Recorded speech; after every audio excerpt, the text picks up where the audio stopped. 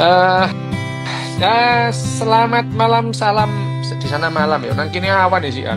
Oh, Ya wes oke, oke. gak apa-apa ya. Nang kono bengi ya bengi. Salam, salam, selamat malam, salam sehat, salam sejahtera, salam bahagia bagi khalayaknya Cito yang maha single. Wah, ini, yang maha single. Jangkrik. Sik, Mimik kopi Cito sik. yang maha single ya mimik di Ya, jadi kita sekarang ini membicarakan dari buku ini, sebetulnya ini bab terakhir sih, bagian terakhir Bagian ya. terakhir. Karena bagian terakhir dari buku Ganjem and Steel ini, bab 15, bab 16, bab 17, bab 18, 19. 18. Judulnya Berkeliling Dunia dalam 5 bab itu ya. Ya.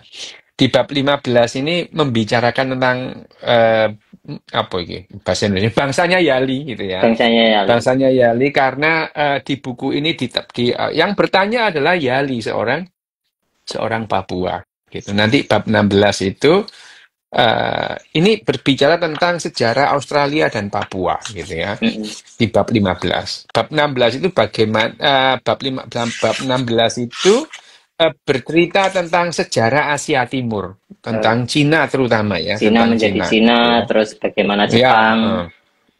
ya terus kemudian di bab 17 nanti itu sejarah ekspansi Austronesia gitu ya. Bagaimana orang-orang apa namanya? Orang-orang barat itu menyebar ke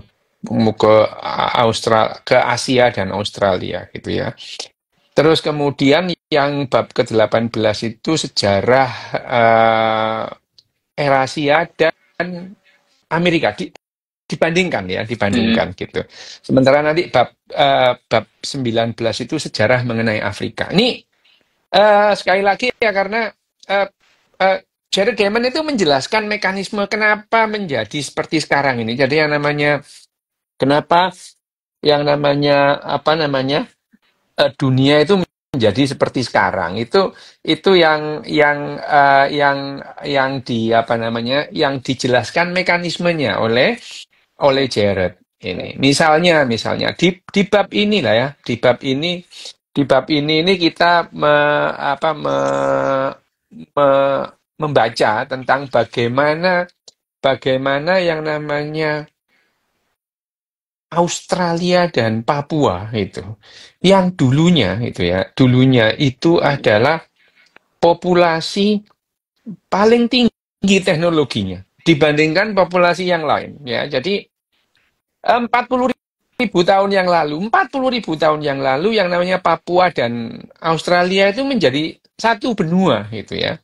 Benua Australia Raya gitu. Sebelum zaman es berakhir gitu ya. Jadi waktu itu karena zaman es sehingga lempengan-lempengan es itu terkonsentrasi eh, di kutub utara dan kutub selatan itu sehingga yang namanya Papua dan Australia itu menjadi satu itu ya namanya Australia Raya benua Australia Raya itu dan pada saat kira-kira 12.000 sampai 8.000 tahun yang lalu zaman es berakhir gitu ya terus kemudian kutub mencair gitu sehingga Papua dan Australia ini dipisahkan oleh Selat Aru itu ya Laut Aru atau Laut Arafuru itu ya itu selat yang dangkal sebetulnya ya itu Oh, selat yang dangkal. oke. Kenapa kenapa kenapa yang disebut yang namanya orang-orang Papua dan orang-orang Australia itu di zamannya 40.000 tahun yang lalu itu adalah manusia-manusia dengan teknologi paling unggul gitu ya. Itu itu paling terunggul di zamannya gitu ya. Di zamannya itu. Zamannya. Tuh, tadi mbok klik tuh ya. Udah. Yang tadi itu, Ya. kok anu ya nggak apa-apa wis jarno aja sing lek gak ndelok ya gak apa-apa engko lek sing ndelok ya. Nah itu di zamannya yang namanya bangsa Papua dan bangsa Australia, mereka belum terbagi seperti sekarang. Mereka itu adalah orang-orang yang sama, populasi yang sama, Australia Raya 40.000 tahun yang lalu ya. Ya itu itu Itu yang terjadi 40. Kenapa? Karena waktu itu yang ya itu terpisah dengan paparan Sunda, itu paparan Asia gitu ya. Hmm. Waktu itu yang namanya Jawa, Sumatera, Kalimantan itu masih menjadi satu ya. Namanya paparan Sunda Plate yang kemudian pada saat es mencair menjadi Laut Jawa dan Laut Cina Selatan. Nah, tentu saja mereka-mereka yang bisa menyeberangi lautan antara Indonesia saat ini ya, Asia waktu itu, menyeberang ke pulau-pulau Polinesia sampai ke yang namanya Australia Raya itu tentunya adalah orang-orang dengan teknologi yang Teknologi. paling tinggi. Ya, itu. Ya seperti sekarang orang Amerika bisa mendarat di bulan, bisa nyampe Mars itu teknologinya tinggi. Berarti 40 ribu tahun yang lalu ya, 40 ribu tahun yang lalu, ini orang-orang Papua ini dan orang-orang Australia ini adalah mereka-mereka dengan dengan teknologi paling tinggi di zamannya 40 ribu tahun yang lalu, Pak. Zaman pemburu pengumpul terus mereka bisa menyeberangi lautan itu memerlukan teknologi itu ya itu ya itu itu itu sudah jelas itu ya itu yang disebutkan bahwa di zamannya itu adalah orang-orang yang bisa eh, menyeberangi lautan dari Asia menuju ke benua Australia Raya itu adalah eh, mereka-mereka dengan teknologi tinggi. Nah, terus kemudian lagi, setelah 40 ribu tahun yang lalu, ada yang namanya kolonisasi ya, kolonisasi ya. Hmm. Sebetulnya di mana-mana itu ya ada kolonisasi gitu ya. Hanya saja eh, manusia tertua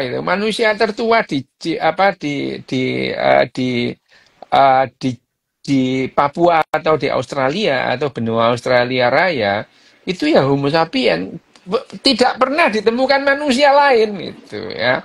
Sementara di Asia dalam hal ini di mana di Jawa atau di Asia ya sampai Jawa sudah ada Homo erectus yang hidup 1,5 juta tahun yang lalu gitu. Ada itu ya. Yang dulunya dikira spesies yang berbeda antara Meganthropus javanicus soloensis dan Pithecanthropus erectus mojacartensis. Itu dulu dianggap spesies yang berbeda. Belakangan baru tahu bahwa ini adalah Homo erectus sama. Ya, Homo erectus soloensis dan Homo erectus yang mojacartensis itu sama, Homo erectus itu ya. Nah, di Papua dan Australia ini tidak ada itu. Jadi kedatangan menungso itu ya. Ya meskipun eh, apa namanya primata yang lain sudah ada itu Oke. primata duluan. Cuman bangsa menungso Homo itu manusia itu belum mencapai yang namanya Australia Raya sampai 40 ribu tahun yang lalu gitu. Baru 40 ribu tahun yang lalu ditemukan bukti-bukti bahwa ada manusia yang datanglah gitu ya di benua Australia Raya pada saat zaman es belum berakhir ya. Jadi yang namanya Papua dan Australia itu masih Masih jadi dari satu satu. menjadi benua Australia Raya Australia gitu. Raya.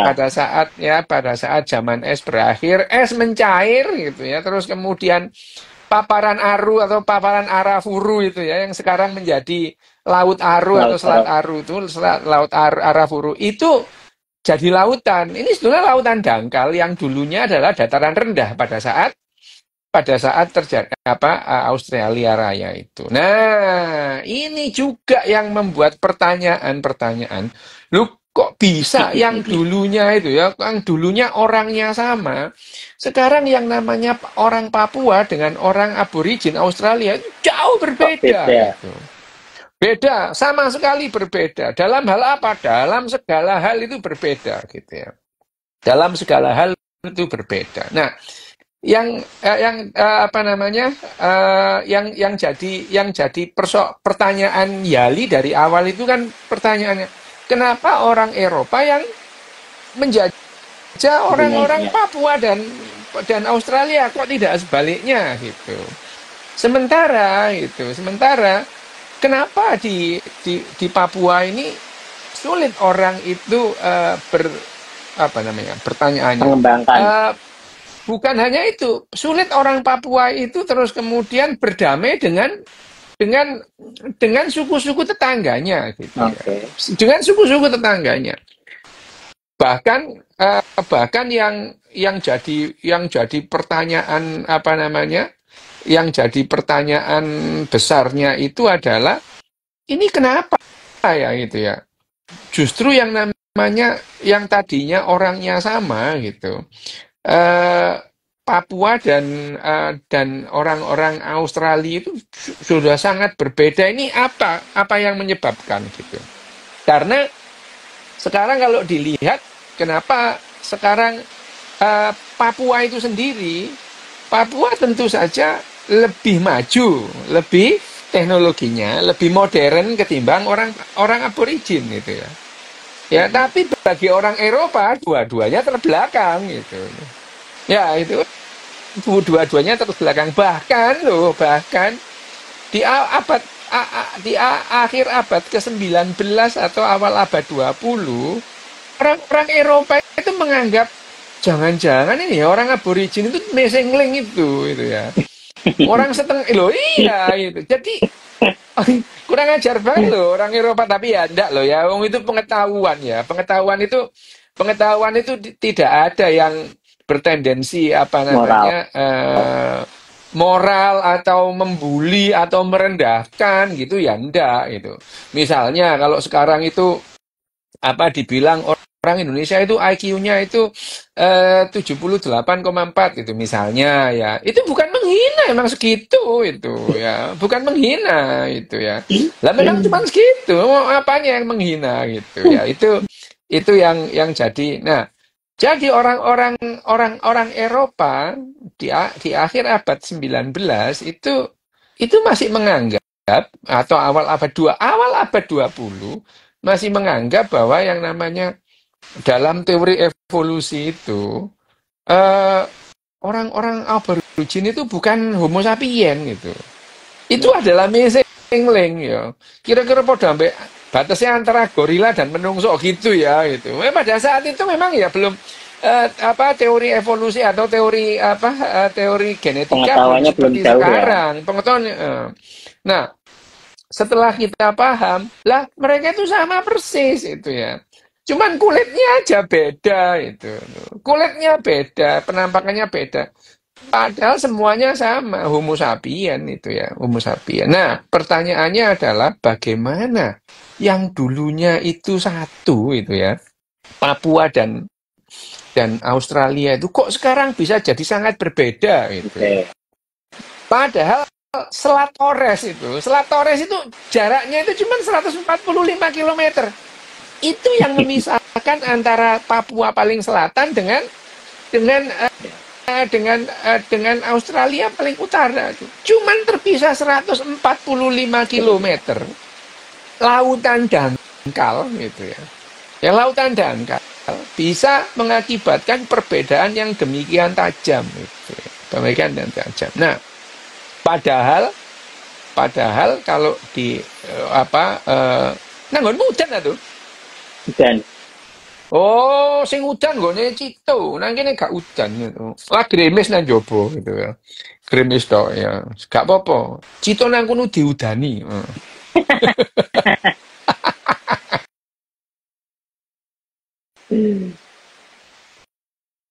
Yang jadi apa namanya? Jadi pertanyaan besar. Bagaimana bisa gitu? Nah, masalahnya adalah pada saat itu sebetulnya teknologi mereka itu sudah bagus itu. Kenapa? 40 tahun ya, 40.000 tahun yang 40. lalu manusia dalam arti manusia Homo sapien itu mencapai yang namanya Australia Raya itu Papua itu ya. Mencapai yang namanya ujung atau bagian barat laut gitu ya, barat laut Australia Raya dalam hal ini adalah Papua gitu ya. Dalam waktu 5.000 tahun itu bagian benua Australia Raya bagian tenggara juga sudah ada orangnya gitu. Jadi artinya dalam waktu 5.000 tahun benua Australia Raya itu sudah dijelajahi oleh manusia-manusia yang datang ke benua Australia Raya. Dalam 5.000 tahun itu memang banyak juga sih ya. Ini loh ya, 5.000 tahun itu lama. Rentang waktunya Lima, panjang. itu lama. Jadi kalau misalkan bayangin aja kalau kemudian satu Lama ya? generasi itu 20 lah tuh, Oke. 15 sampai 20. Oh, umur 15 wis mana tuh zaman biyen Oh tuh iya, itu. oke. Ya, itu zaman dulu tuh 15 tahun sudah mana, 12 tahun sudah mana gitu ya. Yang mana Jadi dikira kalau kucing, Ra? lah yang mana itu ya. Oke. Jadi kalau 1.000 tahun itu artinya 50 generasi ya itu. Ya, 1.000 tahun itu adalah 50 generasi.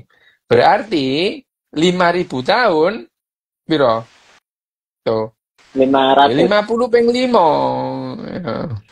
50 kalau 100 apa serat gini ya, kalau satu satu Berarti generasi itu 15, katakan 20 ya.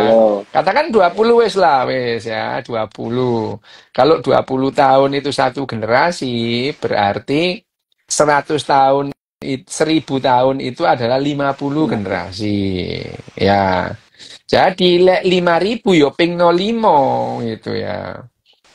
Ngono. 200, Ya, iya, 220 ya? ya, ping 05. Itu, Pak, iku wake to, kon iso mue sampai mek 16 yo. Ngono, sing iso Oh. nyebut yo. Ya, ya itu. 250 generasi iku wake gitu. Kon isone mek nyebut 16 yo. Bamba, Buyut, Cangga, Wareng, Udek-udek, Gantung Sewur, Geplak Sente, Gedebok Bosok, iku 8 sampai 16. Iki 250 ngono ya. Ini 250, jadi lama. 250 generasi itu tentu, bayangin aja, sekarang nggak usah jauh-jauh tuh, 3 generasi yang lalu, anak-anak zaman sekarang itu tidak bisa memahami. Dulu kita Betul. nggak kenal handphone itu ya itu. Itu Ya, baru tiga baru generasi ya? baru 3 generasi gitu. Baru 3 generasi bahwa apa namanya anak-anak sekarang itu tidak bisa membayangkan itu, nggak bisa membayangkan hidup tanpa handphone gitu ya. Hidup tanpa itu nggak bisa membayangkan. Baru 3 generasi, bayangin aja kalau 250 generasi gitu. Nah, kenapa di sini Jared Diamond itu menjelaskan? Pertama, bagaimana mungkin orang Papua dan orang aborigin yang dulunya satu itu sekarang Hmm, begitu berbeda berbeda. jauh gitu ya. Berbeda jauh gitu ya. Berbeda jauh dalam banyak hal, Padahal dulu teknologinya sama gitu. Ya, bahkan itu ya. Sekarang orang-orang pada saat orang-orang Eropa datang ke Australia, ya, seperti kita bicarakan kemarin, orang aborigin itu tidak kenal yang namanya busur dan anak panah, nggak kenal gitu. Nggak kenal gitu. Ya, bahkan sampai lama mereka tidak mau menggunakan busur dan anak panah. Mereka menggunakan tombak, iya, tapi busur dan anak panah enggak gitu. Sementara di Papua itu adalah hal yang menjadi bagian hidup sehari-hari, busur dan anak Budaya. panah ini gitu. Budaya kehidupan sehari-hari gitu ya. Ya gitu, busur dan anak panah. Nah, yang menjadi jawaban awal adalah begitu terjadi bumerang juga, ini disebut bumerang. Bumerang itu orang aborigin nggak ngerti cara menggunakannya, nggak ngerti. Padahal itu adalah, jadi bumerang itu ditemukan belakangan itu ya. Dan bumerang itu orang-orang aborigin tidak bisa menggunakannya pada akhirnya. Jadi keunggulan bumerang itu ya, bumerang itu cuma ditemukan dan akhirnya tidak dipakai oleh orang aborigin itu. Disebutkan di sini banyak hal-hal Hmm, yang dulunya itu menjadi keunggulan kemudian ditinggalkan begitu saja, tinggalkan. termasuk anak panah dan busur gitu. Loh, ditemukan ujung-ujung runcing batu yang sangat mungkin atau kemungkinan besar itu adalah ujung anak panah itu. Ujung anak panah. Tetapi, lah kok nggak dipakai? Kenapa itu ya? Kok nggak dipakai gitu? Sementara di Papua dipakai gitu. Ya, gitu. Di Papua sendiri disebutkan di sini di bab ini. Bayangin aja, Papua itu karena gini, begitu terjadi banjir besar itu ya, banjir besar. Memang banjir besar lah itu Ya. yang namanya es mencair itu memang banjir besar ya itu ya. Itu banjir besar, es mencair banjir besar, tapi ya tidak terus membawa kapal di sini kanguru ya enggak itu ya itu.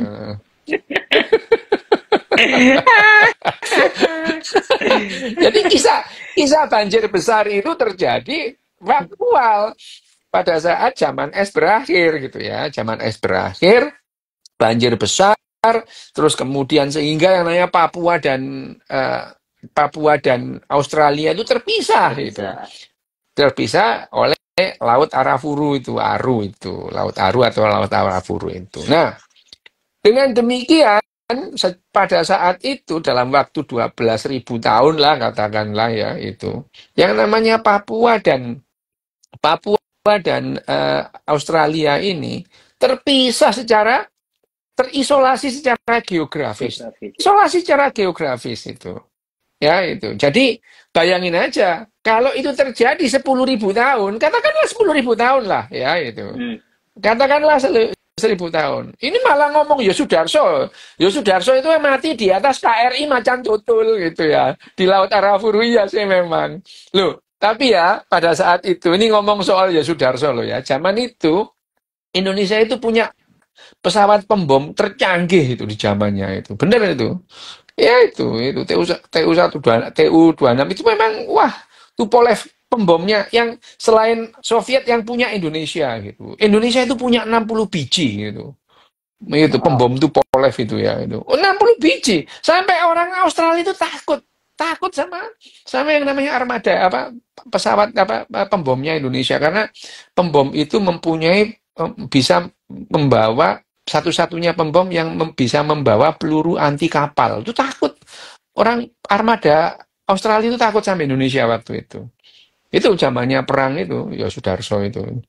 Ya tahun 61 itu kita punya pembom yang sama dengan pembomnya Rusia itu. Ya itu. Pembomnya Uni Soviet waktu itu ya itu. Nah itu. Nah yang unik adalah waktu itu kita nggak punya pompa untuk ngisi elektrik atau diesel. Jadi pakai tangan yang diputer. Kon cak tahun zaman biyen mengeluarkan apa namanya bahan bakar entah itu solar itu pakai jadi drum itu pakai Oh kumpul iya tangan iya itu. iya. Nah, itu yang untuk mengisi itu apa namanya pembom Tupolev 126 itu. Oh. Jadi untuk mengisi pesawat itu full tank itu perlu waktu 4 hari itu. Pakai tangan dan habis untuk 8 jam terbang. Indonesia ajaib lah ya.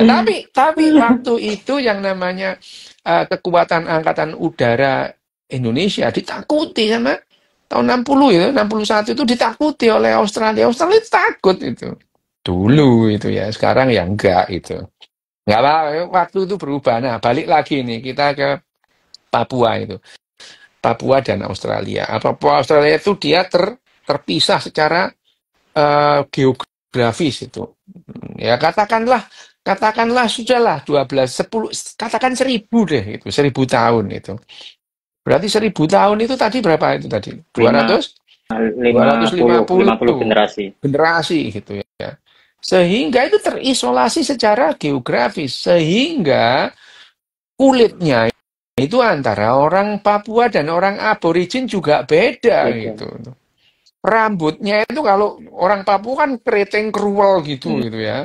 Nah, orang aborigin ya lurus tapi ombak-ombak taek ngono iku ya. Loh ya lurus tapi ombak-ombak nggak jelas gitu. Jadi betapa yang namanya terpisah selama 10.000 tahun itu ya. 10.000 tahun itu 500 generasi itu 500 itu generasi. sudah membuat sangat berbeda gitu. Bahkan di Papua sendiri itu disebutkan di bab ini dari ada 6.000 bahasa di dunia yang 1.000 itu ada di Papua itu. Ya, Jadi orang Papua satu dengan Papua lain itu bahkan satu apa namanya satu yang apa namanya yang satu dengan yang lain itu bahasa Papua yang 1000 itu sangat berbeda satu yang lain itu. Bahkan bedanya itu Jared Diamond mengibaratkan atau menyamakan dengan perbedaan antara bahasa Inggris dan bahasa Cina. Bayangin aja, wow itu. Ya, ya. Disebutkan juga oleh Jared Diamond itu wilayah Papua yang terkotak-kotak sukunya itu ada banyak suku di Papua itu yang orangnya itu tidak pernah beranjak lebih dari 16 kilometer selama hidupnya itu. Selama hidup lah ya. Betapa seumur hidupnya mereka tidak pernah beranjak 16 kilometer dari rumahnya itu. Loh, ini terjadi abad 20 akhir gitu ya. Itu. Artinya kita membayangkan perubahan yang terjadi antara orang Eropa, orang Asia, dan orang Papua, dan orang aborigin itu sangat jauh bedanya. Meskipun di tahun 40.000 tahun yang lalu, mereka adalah manusia-manusia dengan keunggulan teknologi paling tinggi. Gitu. Ya, itu. Keunggulan teknologi paling tinggi. Gitu ya. Nah, itu yang membedakan bagaimana perubahannya itu. Ditemukan juga bahwa yang namanya tadi yang pertama sebetulnya kenapa orang-orang aborigin itu tidak bisa menerima teknologinya orang Papua itu. Orang Papua sudah kenal pancing, orang Papua sudah kenal memakai yang namanya anak panah dan busurnya gitu. Orang aborigin tidak gitu. Ya karena perbedaan yang sangat bermakna. Begitu yang namanya banjir besar itu terjadi gitu ya. Ya, kenapa? Bedanya yang pertama adalah pada saat balik lagi ke bab sebelumnya, Papua itu adalah satu di antara 5 orang yang melakukan yang namanya mengembangkan yang namanya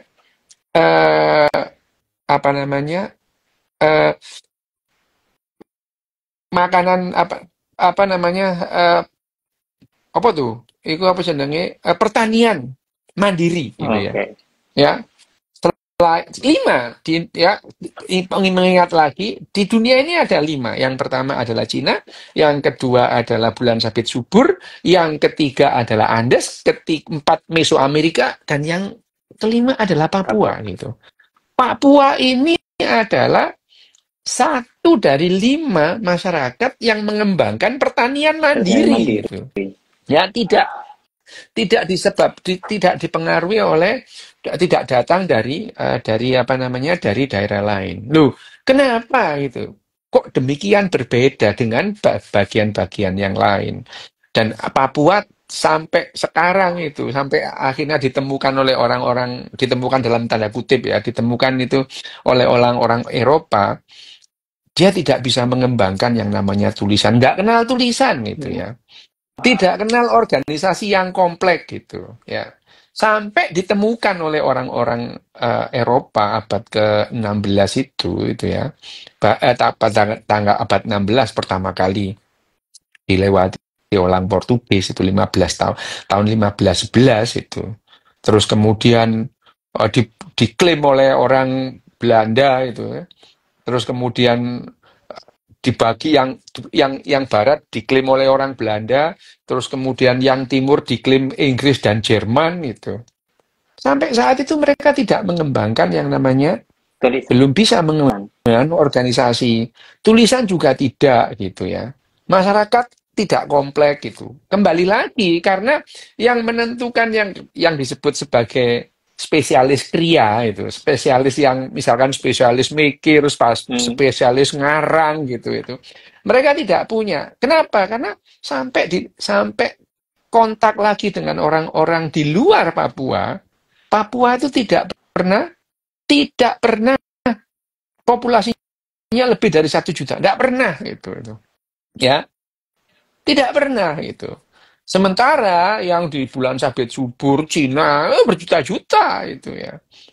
Karena faktor geografis juga ya, Ter ya. Karena faktor geografis faktor geografis itu yang menyebabkan seperti itu gitu ya. Perbedaan antara Papua dan Australia juga demikian itu. Faktor geografisnya sangat menentukan. Kenapa? Satu, yang namanya Papua itu ada di Katulistiwa gitu ya. Hmm. Hujan itu, hujan sepanjang tahun, lebat, curah hujan tinggi gitu ya. Subur, ada gunung berapi di sana gitu. Nah, begitu terpisah yang namanya Australia ini adalah daerah gersang gitu. Datarannya rendah ya. Rata-rata ada 600 meter, paling paling tinggi itu ya. Sementara Papua tinggi gitu ya. Terus hujannya lebat itu. Australia enggak gitu. Nah, sudah kadung ada orangnya di situ gitu. Ya. Dan akhirnya kalau dibandingkan luas luas Papua itu hanya 1/10 luasnya Australia. Tapi populasinya jauh gitu Jauh lebih ya. ya. Jauh lebih sedikit karena apa? Ya tadi gitu. Tadi bahwa hujan itu, bahwa yang namanya hujan atau hujan yang apa namanya? Hujan di mana? Papua. Di Australia itu, di Australia itu mengharapkan badai El Nino itu loh, gitu. Jadi Oh, badai El Nino yang setiap datangnya itu nggak jelas ya, setahun datang 4 tahun enggak lah gitu ya itu betul-betul badai itu mengairi mengairi benua benua Australia gitu. Jadi bayangin itu, makanya mereka ya tidak kenal pertanian itu. Kenapa? Airnya nggak cukup itu. Sementara Papua itu su- sudah mengembangkan irigasi gitu. hmm. Sudah ditemukan, terasiring itu ditemukan itu ya. Mengembangkan irigasi hanya saja ya sekali lagi ya, karena eh, mereka juga akhirnya terpisah-pisah secara geografis antara satu suku dengan suku yang lain itu. Itu yang membuat pertaniannya gagal juga. Iya, kedatuannya tidak ada itu. Oh iya iya, Mengembangkan kembali ya, ke mengembangkan babat pertanian awal itu. ya. Iya, menjual hasil pertanian terus Hmm. dalam bentuk yang besar gitu itu. Makin besar populasi itu makin makin menjadi. Jadi ini seperti bukan sebab akibat, ini dua-duanya berjalan beriringan gitu ya. Kalau yang namanya apa namanya pertanian banyak, terus kemudian populasi juga banyak, maka terjadi spesialisasi gitu. Banyak Spesialisasi. orang yang bagian jualan aja ya, bagian itu ada. Hmm. Itu pedagang itu kan nggak ikut Nggak nanam nandur. gitu, Betul. nggak nandur. Tapi pedagang yang bilang, "Wih, ini produk ini nomor satu." Wah, itu. Petani nggak bisa begitu. Gitu. Mo- Bagaimana? Siap, siap. Kamu bayangin aja tuh, bayangin aja, kamu aja bilang beras Rojo Lele, beras Cianjur. Hmm. Siapa yang mengenalkan ini? Bukan petaninya, Bukan pedagang petani. itu. Pedagang. Jadi yang namanya spesialis spesialis ndobos ini penting itu. Untuk meningkatkan nilai ya, yang namanya padi ya sama, padi itu beras ya sama gitu. Tapi karena ndobosnya orang-orang ini adalah pari rojo lele ngono ya. Iki pari Kualitas unggul. Cianjur gitu. Kualitas unggul gitu ya. Ini yang begini itu tidak didapatkan kalau populasinya nggak banyak gitu ya. Jadi makanya orang Papua Hmm. tidak pernah Hmm. populasi Papua itu Papua Barat dan Papua Timur itu ya Ya, itu. Papua Barat dan Papua Timur tidak pernah melebihi 1 juta orang. itu yang Sebelum orang-orang menyebabkan nggak semaju ya pulau-pulau lain. iya akhirnya berbeda kecepatan perkembangan karena sekali Laju lagi peradabannya. raju peradaban itu manusia ini di mana-mana diawali dengan yang namanya revolusi kognitif pertama itu ya. Nah, sebetulnya apa namanya revolusi kognitifnya orang Papua mereka juga sudah karena bahkan mereka itu lajunya itu teknologinya Lebih lebih tinggi daripada tinggi dari. yang lain. Hanya saja pada saat revolusi kognitif kedua karena agriculture Hmm. ini ya. Itu yang tidak membuat orang-orang Eropa itu jadi lebih banyak, orang-orang Papua jadi banyak. Sementara yang lain berjuta-juta itu, ya. Karena berjuta-juta, sing dobos lu ya tuh, ya. Yang dobos banyak, dobos tentang yang namanya loh. Bayangin aja orang-orang Sumeria itu 12.000 tahun yang lalu dobos mengenai bahwa ini apa namanya nasib kita itu ditentukan oleh bintang-bintang itu ya. Lo bayangin aja itu. Itu 3.000 tahun yang lalu sampai 5.000 tahun yang lalu orang Sumeria itu wah Bahkan manusia ini punya nasibnya punya ditentukan. sistem kredit juga Lah, kan. iya itu tapi ya, sistem kredit itu kalau ada orang nggak bisa dobos nggak bisa tuh. Iya. Itu. Ya, jadi jangan pandang rendah orang dobos itu. Orang dobos itu penting itu ya. Dunia ini nggak ada hantu dan lawannya hantu kalau nggak ada orang dobos tuh itu ya. Ya Ya, itu. Ya itu. Nggak ada hantu kalau nggak ada orang dobos. Tuh orang dobos itu kan, loh, bayangin aja akhirnya setelah ada hantu, kamu ada filmnya yo. Ada filmnya, mulai dari apa namanya kuntilanak, pocongan dulu nggak ono, tapi ada orang dobos soal kuntilanak. Sekarang ada beneran karena diada-adain gitu ya. Dulu ada suster ngesot, suster gepeng dulu, ono suster ngesot. Makin lama makin banyak orang dobos itu ya. Nah, jangan memandang rendah orang dobos. Orang dobos itu meningkatkan nilai dari apa yang ada gitu. Nah, yang terjadi adalah di Papua karena tidak ada orang dobos ya udah gitu-gitu aja gitu. Bahkan gitu ya. Bahkan karena juga terbatasnya konsumsi protein, oke. laju laju laju kecerdasan orang-orang Papua kalah dengan ya Itu juga kalah penghambat dengan juga ya. penghambat juga gitu ya. Penghambat juga itu yang jadi perbedaan antara orang-orang Papua dan orang-orang di Asia. Dan orang Papua sendiri dengan orang-orang Australia yang tadinya sama itu. Itu tadinya satu itu. Tadinya satu, terus kemudian berbeda. Perbedaannya karena apa? Karena faktor yang pertama adalah faktor geografi gitu ya.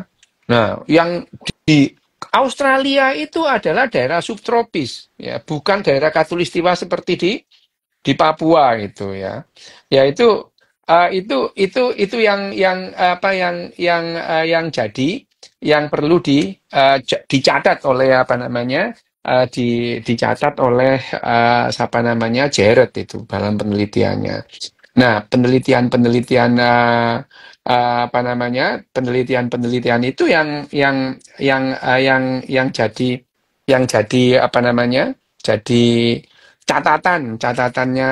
catatannya si Jared itu dijadi Jared itu ya. Nah, itu yang perlu dipahami. Nah, sekarang yang jadi apa namanya? Jadi pertanyaannya itu adalah kenapa orang-orang Eropa yang menjajah gitu. Sama, misalkan orang-orang jajah di apa orang-orang Eropa datang ke mana? Ke ke Australia. Papua itu. Enggak, ke Papua. Itu orang Eropa itu banyak yang eh, apa namanya? Orang Papua itu enggak apa orang Eropa itu di Papua sangat sangat terganggu oleh malaria itu. Oh Ya, iya. malaria itu. Jadi malaria itu yang membuat orang-orang Eropa itu eh, ter- terhambat terhambat apa namanya me- meng- menguasai Papua. Wilayah Sementara Papua. Oke. ya itu apa namanya kalau di Australia itu suasananya hampir sama dengan orang Eropa, hampir sama gitu ya, hampir sama. Jadi dia dingin gitu ya, dingin, tidak ada malaria gitu. Itu yang jadi perbedaan. Akhirnya kenapa dalam waktu pendek yang namanya benua Australia itu jadi Eropa itu. Dan orang-orang aboriginnya dalam waktu pendek juga populasinya sangat turun drastis itu, ya, gitu.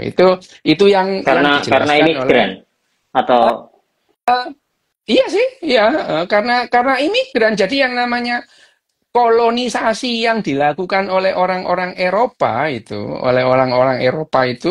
itu di Papua itu tidak semasif yang terjadi di Australia. Karena apa tuh di Papua orang-orang Eropa itu nggak keras mati, banyak yang mati loh, banyak yang mati karena malaria, nggak sehingga cocok mereka itu akhirnya suhu. ada yang menyerah gitu ya, ada yang menyerah. Sementara dalam waktu pendek yang namanya Di Australia cenderung sama berarti ya cuacanya. cenderung sama ya, kira-kira gitu. Nah sebetulnya ini apa namanya ini anu aja sih apa namanya ya bab ini nggak terlalu banyak yang dibahas. Betul. Tidak seperti bab berikutnya. Tapi kan menjawab pertanyaan Yali ini kan ya semua bab ini berarti kan Ter? Iya, benar. Iya kan? Iya, maksudnya dari entah populasi, entah pertanian atau faktor geografisnya kan semuanya ada di bab awal-awal. Iya, oke, gitu. Siap. Ini ada pertanyaan. Umpamanya gini Ter. Umpamanya Pulau Papua nih wes. Terus digeser ke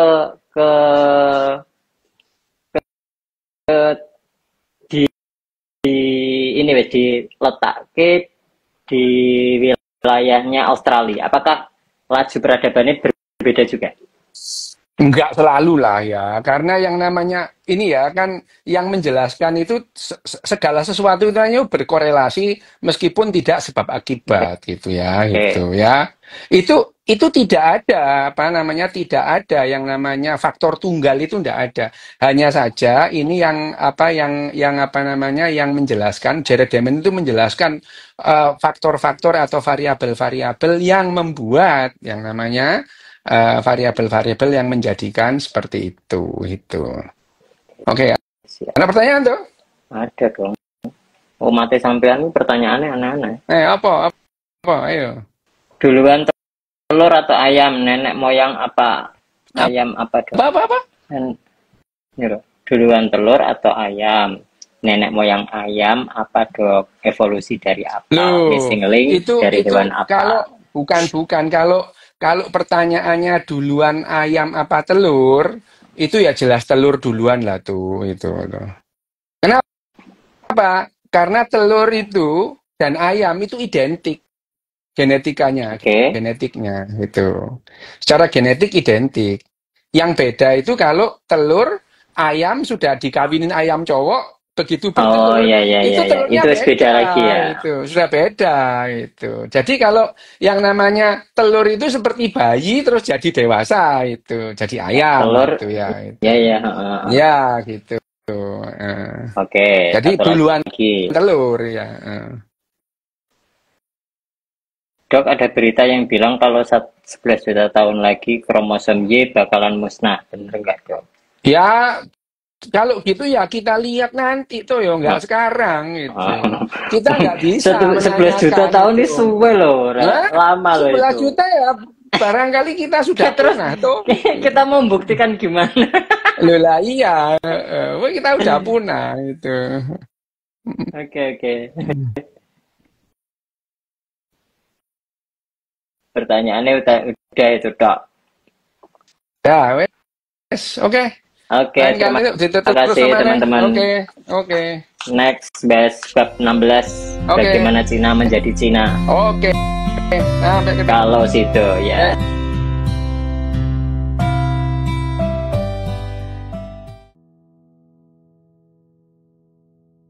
Buku Sapiens bagian 7 Memori Kelebihan Muatan. Karya Yuval Noah Harari. Dinarasikan oleh Jendela Ilmu.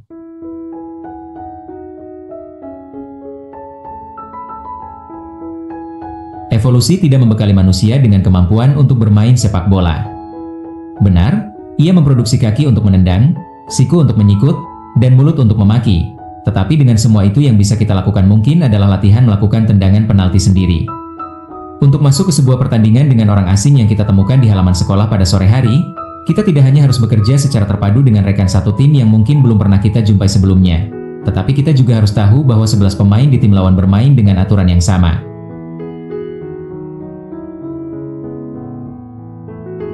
Binatang lain yang melibatkan pihak asing dalam ritual agresi pada umumnya melakukan itu berdasarkan naluri. Anak anjing di seluruh dunia memiliki aturan bermain pura-pura berkelahi yang tertanam kuat dalam gen mereka. Namun, manusia remaja tak punya gen untuk bermain sepak bola. Ide ini sepenuhnya imajiner, tetapi jika setiap orang punya pandangan demikian, kita semua bisa memainkan permainan itu. Hal yang sama berlaku dalam skala lebih besar, kerajaan-kerajaan, gereja-gereja, dan jaringan perdagangan, dengan satu perbedaan penting. Aturan sepak bola relatif sederhana dan ringkas, sangat mirip dengan aturan kerjasama dalam sebuah kawanan pengembara atau desa kecil. Setiap pemain bisa dengan mudah menyimpannya dalam otak dan masih punya ruang untuk lagu-lagu, gambar-gambar, dan daftar belanja.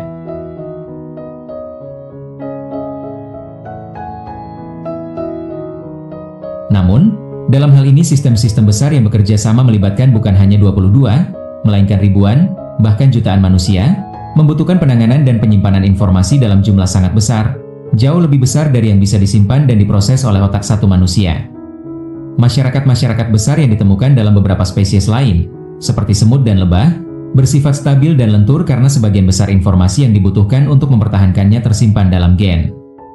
Misalnya, satu larva lebah madu perempuan bisa tumbuh untuk menjadi ratu atau pekerja, tergantung pada makanan yang diasupkan kepadanya. DNA-nya memprogram perilaku-perilaku yang diperlukan untuk kedua peran itu, entah itu etiket keratuan atau kerajinan proletar. Sarang lebah bisa menjadi struktur sosial yang sangat kompleks, berisi banyak jenis pekerja yang berbeda-beda, pemanen, perawat, dan pembersih, misalnya.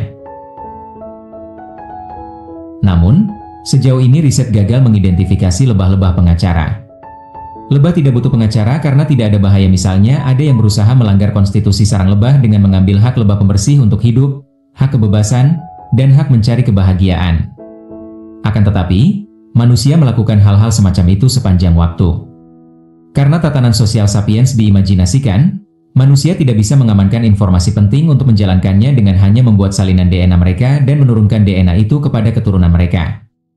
Sebuah upaya sadar harus dilakukan untuk memelihara hukum, peraturan, prosedur, tingkah laku, kalau tidak ingin tatanan sosial itu runtuh dengan cepat. Misalnya, Raja Hammurabi memutuskan bahwa orang dibagi menjadi kalangan atas, orang biasa, dan budak. Ini bukan pembagian alamiah, tidak ada jejak itu dalam gen manusia. Jika orang-orang Babilonia tak bisa menjaga kebenaran ini dalam pikiran mereka, masyarakat akan berhenti berfungsi.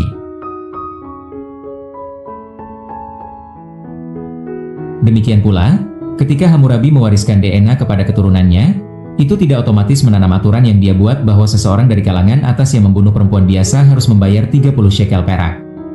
Hammurabi harus secara sengaja mengajari para putranya tentang hukum dalam imperium. Kemudian para putra dan cucu-cucunya melakukan hal yang sama. Imperium-imperium menghasilkan informasi dalam jumlah sangat besar. Di luar urusan hukum, imperium harus menyimpan catatan-catatan tentang transaksi dan pajak, inventaris peralatan militer dan kapal-kapal dagang, dan kalender festival dan kemenangan-kemenangan. Selama jutaan tahun, orang menyimpan informasi di satu tempat saja, otak mereka. Sayang sekali, otak manusia bukanlah alat penyimpan yang baik untuk database seukuran imperium karena 3 alasan utama. Pertama, kapasitasnya terbatas. Benar, sebagian orang memiliki daya ingat yang mengagumkan, dan pada masa kuno ada kaum profesional penghafal yang bisa menyimpan di kepala mereka topografi dari seluruh provinsi dan undang-undang semua negara bagian. Meskipun demikian, ada batas yang tak bisa dilampaui oleh para mnemonik ulung sekalipun. Seorang pengacara mungkin hafal di luar kepala seluruh isi undang-undang persemakmuran Massachusetts, tetapi mungkin tidak hafal perincian setiap putusan pengadilan yang terjadi di Massachusetts sejak peristiwa pengadilan kota sihir Salem, Salem Witch Trials. Kedua, manusia mati dan otak mereka mati bersamanya.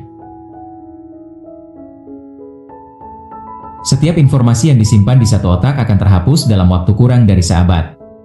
Tentu saja, dimungkinkan untuk meneruskan ingatan satu otak ke otak lain, tetapi setelah beberapa transmisi, informasi cenderung menjadi kabur atau hilang. Ketiga, dan yang paling penting, otak manusia sudah teradaptasi untuk menyimpan dan memproses jenis-jenis informasi tertentu. Untuk bertahan hidup, para pemburu penjelajah kuno harus mengingat bentuk-bentuk, kualitas, dan pola-pola perilaku ribuan spesies tumbuhan dan binatang. Mereka harus mengingat bahwa satu jamur keriput berwarna kuning yang tumbuh pada musim gugur di bawah pohon ulmus kemungkinan paling beracun, sedangkan jamur serupa yang tumbuh pada musim dingin di bawah pohon ek bagus untuk pengobatan sakit perut. Para pemburu penjelajah juga harus selalu mengingat pendapat-pendapat dan hubungan-hubungan beberapa puluh anggota kawanan. Jika Lucy membutuhkan bantuan seorang anggota kawanan untuk menghentikan gangguan John, penting bagi dia untuk mengingat bahwa John bertengkar dengan Mary pekan lalu, dan dengan demikian Mary bisa menjadi sekutu yang antusias. Akibatnya, tekanan-tekanan evolusi mengadaptasi otak manusia untuk menyimpan jumlah besar informasi tumbuh-tumbuhan, binatang, topografi, dan sosial. Akan tetapi, ketika masyarakat-masyarakat yang sangat kompleks mulai muncul setelah kedatangan revolusi agrikultur, jenis baru informasi menjadi vital, angka.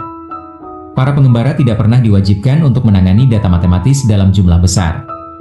Tak ada pengembara yang perlu mengingatnya, katakanlah, jumlah buah di setiap pohon di hutan. Jadi, otak manusia tidak beradaptasi untuk menyimpan dan memproses angka-angka. Namun, untuk menjaga sebuah kerajaan besar, data matematis adalah vital.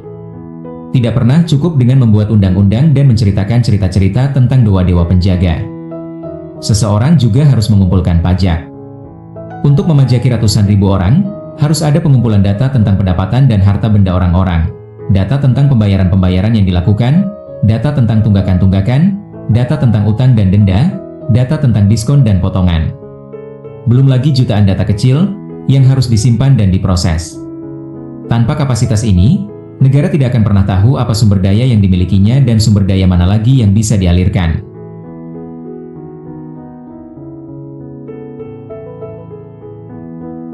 Jika menghadapi kebutuhan untuk menghafal, mengingat kembali, dan menangani semua angka ini, sebagian besar otak manusia akan overdosis dan tertidur. Batasan mental ini membengkakkan ukuran dan kompleksitas kumpulan manusia. Ketika jumlah orang dan properti di satu masyarakat tertentu melintasi batas kritis, maka menjadi perlu untuk menyimpan dan memproses data matematis dalam jumlah besar. Karena otak manusia tak bisa melakukannya, sistem pun runtuh. Selama ribuan tahun setelah revolusi agrikultur, jaringan sosial manusia tetap relatif kecil dan sederhana. Yang pertama bisa mengatasi masalah itu adalah masyarakat Sumeria kuno, yang hidup di wilayah selatan Mesopotamia. Di sana, sengatan matahari yang menimpa dataran subur berlumpur menghasilkan panen-panen melimpah dan kota-kota yang makmur. Saat jumlah penghuni tumbuh, begitu pula jumlah informasi yang dibutuhkan untuk mengordinasi urusan-urusan mereka.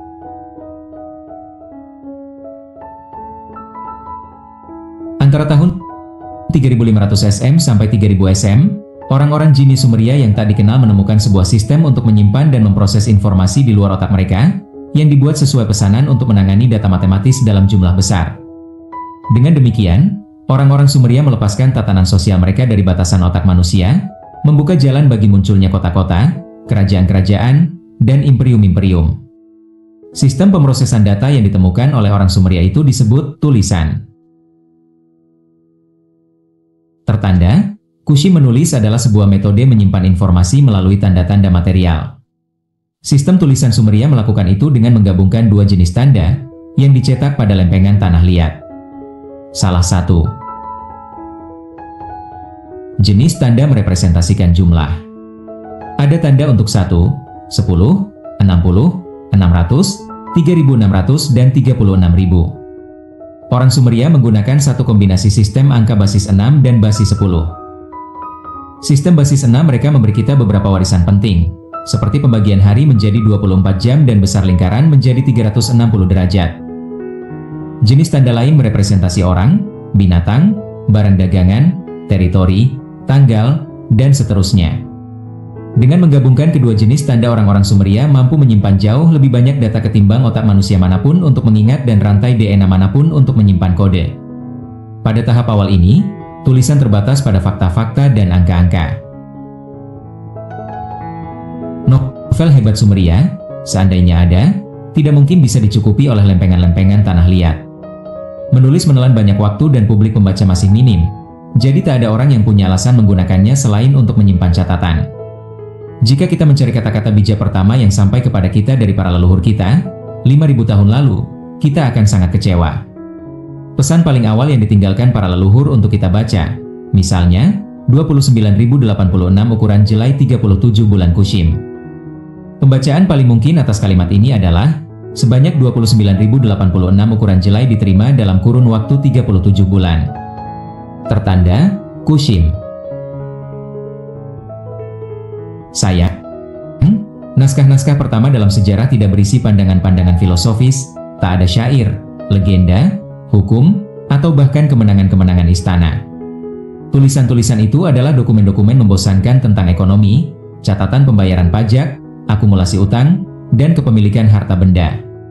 Salah satu jenis teks lain yang selamat dari masa kuno ini, dan tak kalah menariknya, daftar kata, yang disalin dan terus disalin oleh calon-calon juru tulis sebagai latihan. Bahkan, seorang murid yang bosan, yang ingin menuliskan salah satu puisinya, daripada menyalin catatan penjualan, tak mungkin bisa melakukannya. Tulisan awal Sumeria adalah aksara parsial, bukan aksara penuh. Aksara penuh artinya sebuah sistem tanda material yang bisa merepresentasi bahasa lisan secara sempurna atau mendekati sempurna. Oleh karena itu, ia bisa mengekspresikan segala hal yang ingin dikatakan orang, termasuk puisi. Aksara parsial, di sisi lain, adalah sistem tanda material yang hanya bisa merepresentasi jenis-jenis informasi tertentu dari bidang aktivitas yang terbatas. Aksara Latin, aksara hieroglif Mesir, dan Braille adalah aksara penuh. Anda bisa menggunakannya untuk menulis register pajak, puisi cinta, buku sejarah, resep makanan, dan hukum bisnis. Sebaliknya, aksara awal Sumeria, seperti lambang-lambang matematika modern dan notasi musik, adalah aksara parsial. Anda bisa menggunakan aksara matematika untuk melakukan penghitungan, tetapi Anda tidak bisa menggunakannya untuk puisi-puisi cinta. Tak masalah bagi orang-orang Sumeria bahwa aksara mereka tak cocok untuk menulis puisi. Mereka memang tidak menciptakan aksara itu untuk menyalin bahasa lisan, tetapi lebih untuk melakukan sesuatu yang tak bisa dilakukan oleh bahasa lisan. Ada sejumlah budaya, seperti Andes Prakolumbia, yang hanya menggunakan aksara parsial dalam keseluruhan rentang sejarah mereka, tak terpengaruh oleh keterbatasan aksara mereka dan tak merasa memerlukan versi penuh. Aksara Andea sangat berbeda dari aksara Sumeria. Malah, ia begitu berbeda sehingga banyak orang berpendapat itu sama sekali bukan aksara. Ia tidak ditulis di atas lempengan tanah liat atau lembar kertas, tetapi ditulis dengan simpul-simpul pengikat pada tali warna-warni yang disebut kuipu. Setiap kuipu terdiri dari banyak tali bermacam-macam warna, yang terbuat dari kayu atau kapas. Pada setiap tali, beberapa simpul diikatkan di tempat-tempat berbeda. Satu kuipu tunggal terdiri dari ratusan tali dan ribuan simpul. Dengan mengombinasikan bermacam-macam simpul pada tali-tali yang berbeda dengan berbagai warna, dimungkinkan untuk mencatat jumlah besar data matematis yang terkait, misalnya, dengan pengumpulan pajak dan kepemilikan properti. Satu selama ratusan, mungkin ribuan tahun, kuipu-kuipu punya arti penting dalam urusan kota-kota, kerajaan-kerajaan, dan imperium-imperium. Dua puncaknya adalah pada masa Imperium Inca, yang mengatur 10-12 juta orang dan mencakup wilayah yang kini menjadi Peru, Ekuador, dan Bolivia, serta beberapa bagian Chili, Argentina, dan Kolombia.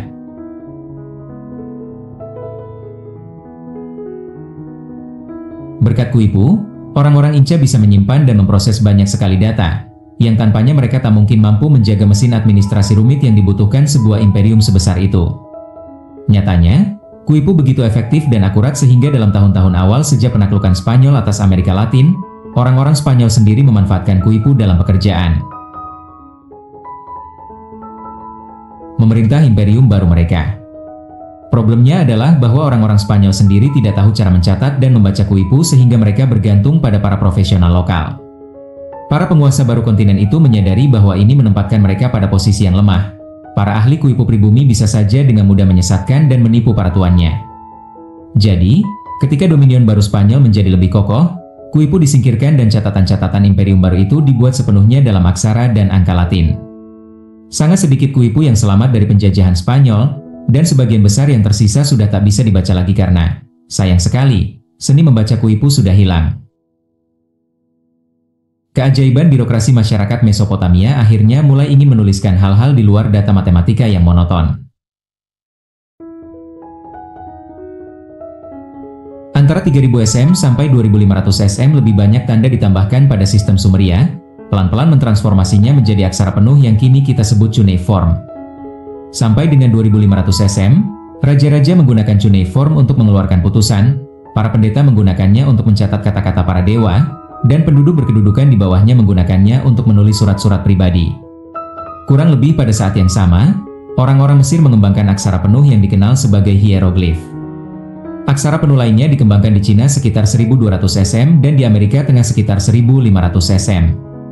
Dari pusat-pusat permulaan ini, aksara-aksara penuh menyebar jauh dan luas, mengambil berbagai macam bentuk baru dan tugas-tugas baru. Orang mulai menulis puisi, buku sejarah, roman, drama nubuat, dan buku masak. Meskipun demikian, tugas utama tulisan tetap untuk menyimpan tumpukan data matematis, dan tugas itu tetap menjadi hak prerogatif aksara parsial. Injil Ibrani, Iliad Yunani, Mahabharata Hindu, dan Tripitaka Buddha, semuanya bermula sebagai karya lisan. Selama beberapa generasi, karya-karya itu disebarkan secara lisan dan tetap hidup sekalipun tulisan tidak pernah diciptakan.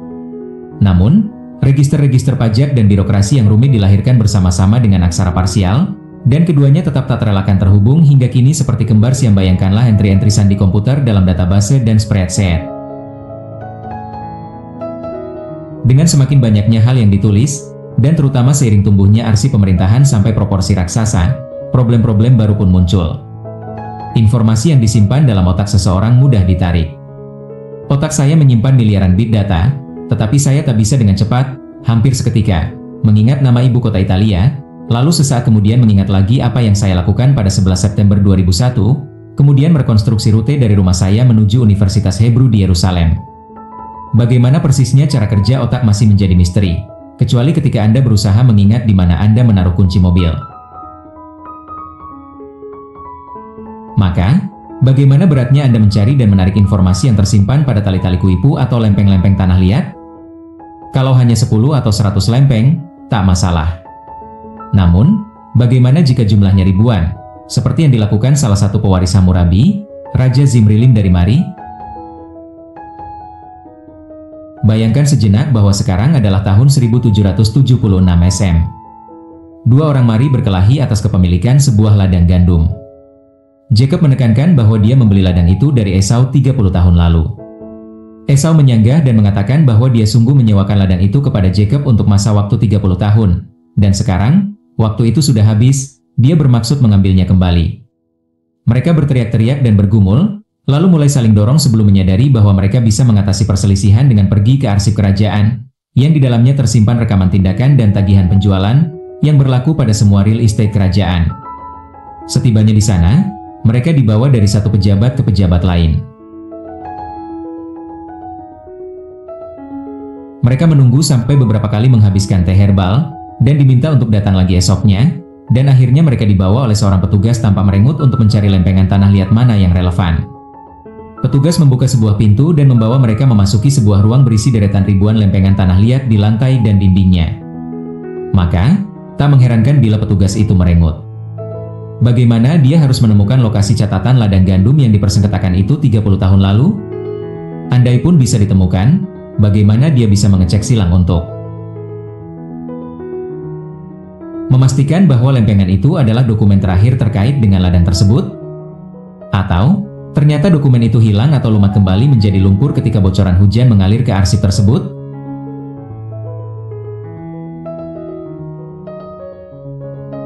Jelas, hanya dengan mencetak sebuah dokumen dengan tanah liat tidaklah cukup untuk menjamin pemrosesan data yang efisien, akurat, dan mudah. Itu membutuhkan metode-metode pengorganisasian seperti katalog, metode reproduksi seperti mesin fotokopi, metode penarikan cepat seperti algoritma komputer, dan para pustakawan arogan, tetapi semoga saja periang, yang tahu bagaimana menggunakan alat-alat ini. Menciptakan metode-metode semacam itu terbukti jauh lebih sulit ketimbang menciptakan tulisan. Banyak sistem tulisan yang berkembang secara independen dalam budaya-budaya yang tempat dan masanya saling berjauhan. Setiap dekade para arkeolog menemukan beberapa aksara yang terlupakan.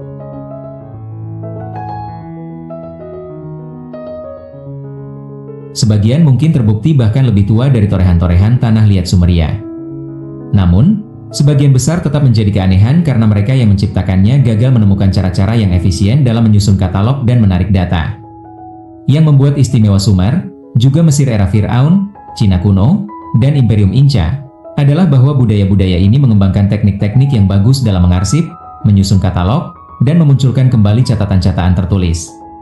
Budaya-budaya itu juga berinvestasi dalam sekolah untuk juru tulis, petugas, pustakawan, dan akuntan.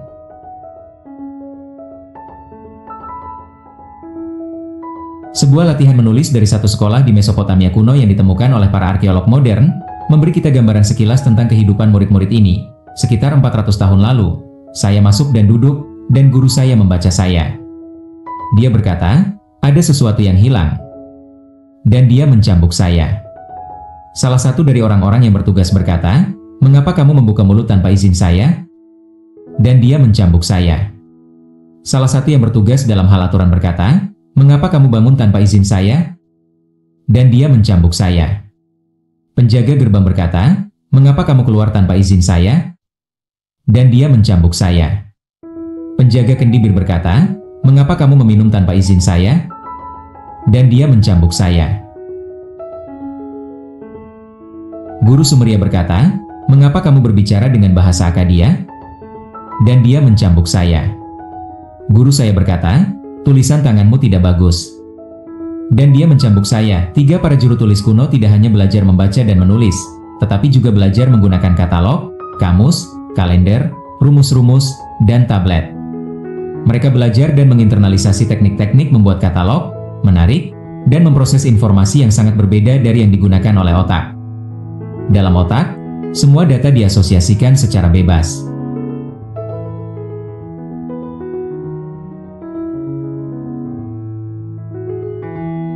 Ketika saya pergi bersama pasangan untuk menandatangani hipotek untuk rumah baru kami, saya diingatkan tentang tempat pertama yang kami tinggali bersama, yang mengingatkan saya pada bulan madu kami di New Orleans, yang mengingatkan saya pada aligator-aligator, yang mengingatkan saya pada naga-naga, yang mengingatkan saya pada The Ring of the Nibelungen, dan tiba-tiba, sebelum saya menyadarinya, saya menggumamkan lagu opera Siegfried Leitmotif ke petugas ban yang terbengong-bengong.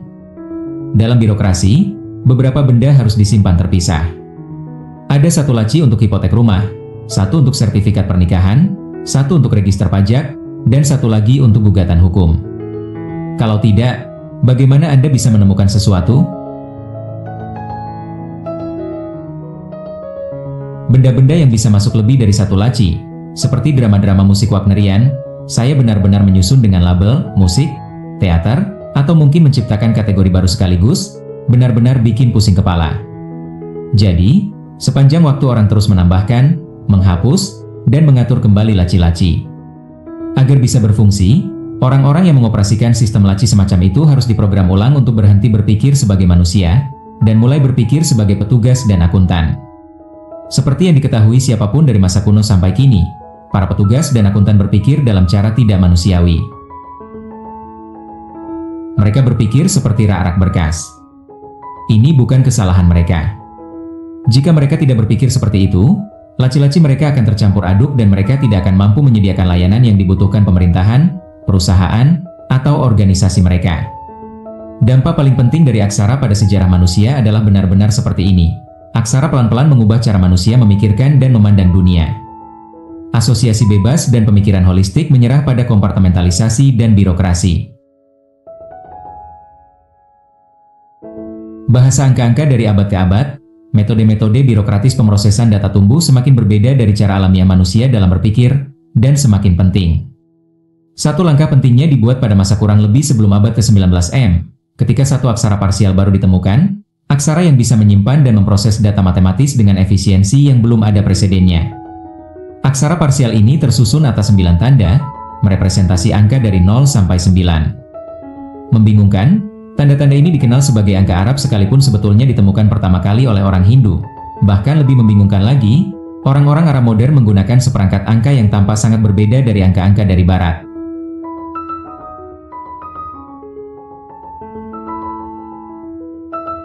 Namun, orang-orang Arab mendapatkan nama itu karena ketika mereka menginvasi India, mereka menemukan sistem itu, memahami kegunaannya, memperhalusnya, dan menyebarkannya ke seluruh Timur Tengah, kemudian Eropa. Ketika beberapa tanda lain belakangan ditambahkan ke angka-angka Arab, seperti tanda untuk penjumlahan, pengurangan, dan perkalian, basis notasi matematika modern pun lahir. Meskipun sistem tulisan ini tetap merupakan aksara parsial, ia telah menjadi bahasa dominan dunia. Hampir semua negara, perusahaan, organisasi, dan institusi, entah mereka berbahasa Arab, Hindi, Inggris atau Norwegia, menggunakan aksara matematika untuk mencatat dan memproses data.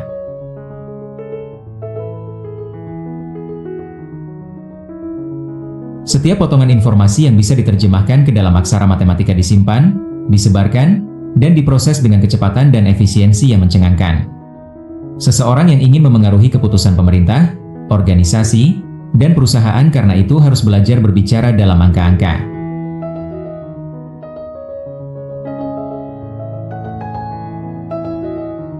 Para ahli mampu mengerjakan dengan cara terbaik bahkan untuk menerjemahkan ide-ide seperti kemiskinan, kebahagiaan, dan kejujuran menjadi angka-angka, garis kemiskinan, tingkat kesejahteraan subjektif, peringkat utang.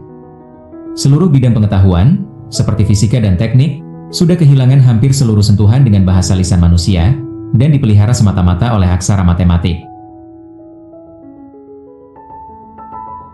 Yang lebih mutakhir, aksara matematika telah membangkitkan bahkan sebuah sistem tulisan yang revolusioner, aksara biner komputerisasi yang hanya terdiri dari dua tanda, 0 dan 1.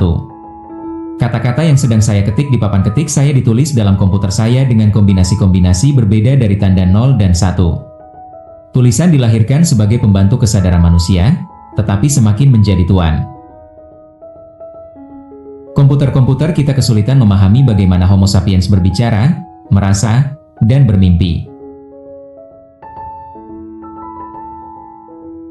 Jadi, kita mengajari Homo sapiens untuk berbicara, merasa, dan bermimpi dalam bahasa angka-angka yang bisa dipahami oleh komputer. Dan, ini bukan akhir dari kisahnya. Pengetahuan di bidang kecerdasan artifisial sedang berusaha menciptakan suatu jenis kecerdasan yang semata-mata didasarkan pada aksara biner komputer. Film-film fiksi sains seperti The Matrix dan The Terminator menceritakan sebuah hari ketika aksara biner menanggalkan gandar kemanusiaan. Ketika manusia berusaha mengambil kembali kendali atas aksara yang binal itu, aksara merespons dengan berusaha menyapu ras manusia.